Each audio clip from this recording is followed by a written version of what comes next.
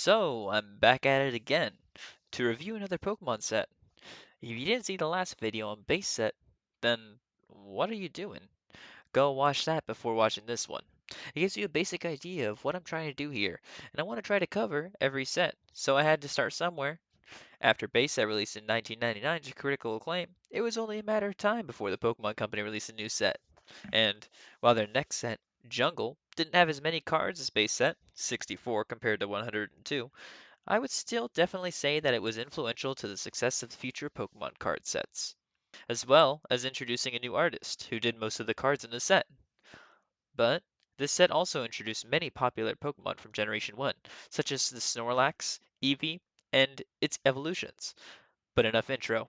Let's get into Jungle. Even though Jungle doesn't have the holy grail that base set has, I would still say that the Snorlax card in this set is iconic in its own right, and Snorlax continues to be one of the most popular and prevalent Pokemon even in most recent times. As an example, the most recent artwork that the Pokemon Company has been showing off has a lot of Snorlax in them. But also, Jungle includes Eevee, which is one of the most popular Pokemon out there, with hundreds and hundreds of cards. Me personally, I like Eevee more than Pikachu, but hey, that's just me. Also, I just realized in the base set video that I didn't mention that the mascot of Pokemon is in the base set, but it's also here in Jungle as well. I expect to see a lot more of him around. Let's just get into the artists though.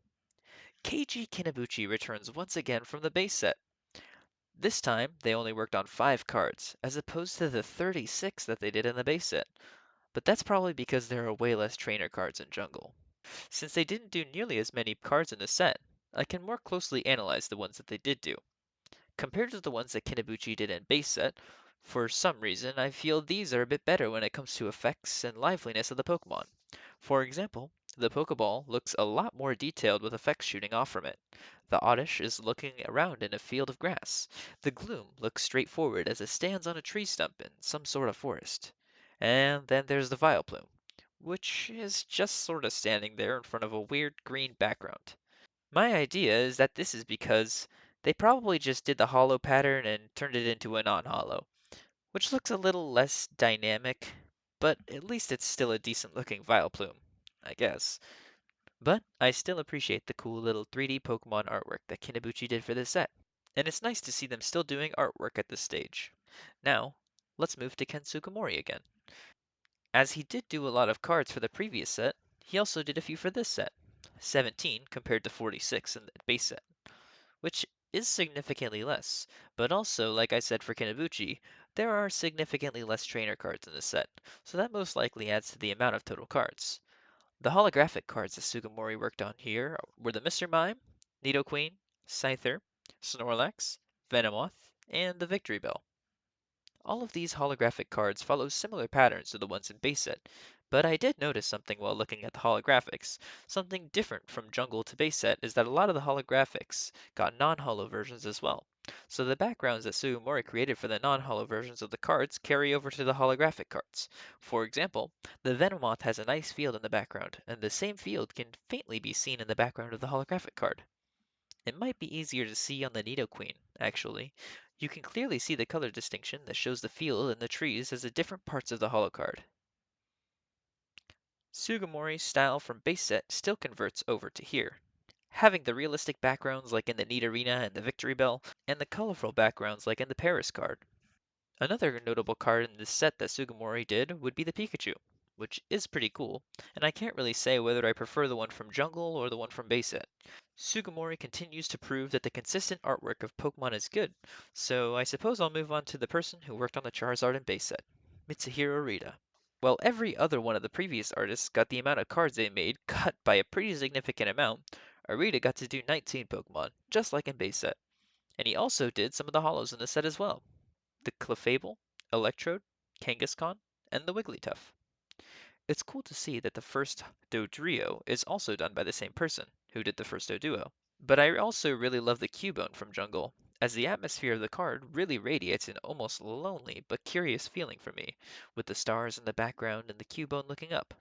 I also really love the Meowth sitting on a pile of coins looking mischievous. A lot of the Arita cards just exude a lot of personality in the Pokemon that he's portraying.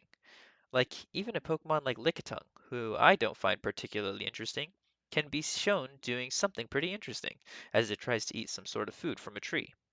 Suffice to say that Arita is still knocking it out of the park this time, creating a slew of interesting cards that exude character and emotion. And finally, we can introduce a new artist to the Pokemon TCG at this time, and their name is Kagemaru Himeno, illustrating a whopping 23 cards for Jungle. That's a little over a third of the set, and they started off strong. I really like how expressive and almost abstract a lot of their cards are. A default Jolteon pose would be it standing straight left to right, but the Jolteon from Jungle by Himeno is coming straight towards the camera, and another example is the Vaporeon, who elegantly stands with its tail waving back and forth. Anyways, Himeno did 5 of the holographic cards in this set, which include, as stated before, the Jolteon and the Vaporeon, but also the Pinsir, Pidgeot, and Flareon. When I see their artwork, it almost feels vintage. It looks like old artwork, but it scratches that itch that some vintage cards give me, in a simple, special way that's just unique. Cards like the Weepinbell drooling hanging off a branch, or the Eevee bounding in a flower field, or the Tauros inside of some sort of pet pen, or the Sea King in a coral reef, the Persian laying by a colorful pink tree, or the Executor laying by a palm tree while the sun sets, a vibrant and deep orange.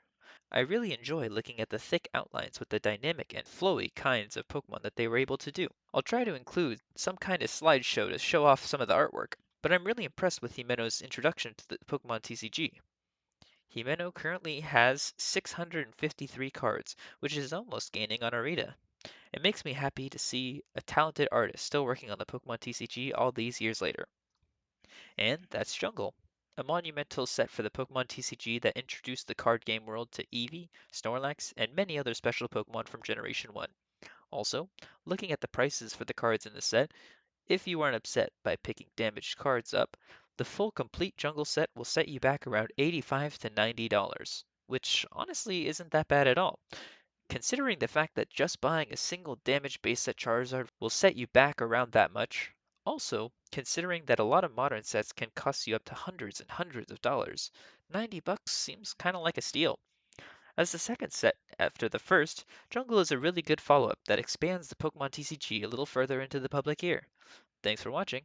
Also, in case you were wondering, my favorite cards from Jungle are the Cubone and the Jolteon Holo. And since I didn't say ones from base set, I'd say that they'd probably be the Gyarados Holo or the Dragonair. Thanks for watching. Bye now.